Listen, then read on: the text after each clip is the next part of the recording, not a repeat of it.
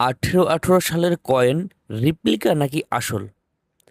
নমস্কার বন্ধুরা, আমি রথিন। আমার আগের 1818 সালের কয়েনের ভিডিওটি দেখার পর অনেকেই ফোন মেসেজ ও কমেন্ট করে একটি প্রশ্ন করেছেন, রিপ্লিকা আর সংগ্রহযোগ্য টোকেন বলতে আসলে কি বোঝায়।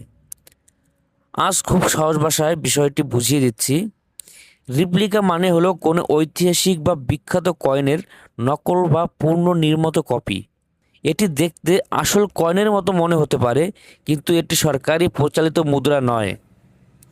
আর সংগ্রহযোগ্য টোকেন হলো এমন একটি ধাতব টোকেন যা মূলত সংগ্রাহকদের উদ্দেশ্যে তৈরি করা হয়।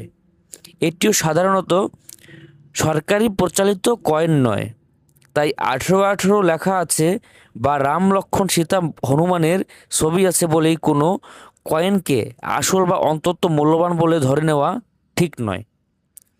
আসল কয়েন বা রিপ্লিকা আলাদা করতে ধাতু, ওজন, ব্যাস, নকশা, প্রাপ্ত এবং ঐতিহাসিক তথ্য মিলিয়ে বিশেষজ্ঞর মাধ্যমে যাচাই করা জরুরি।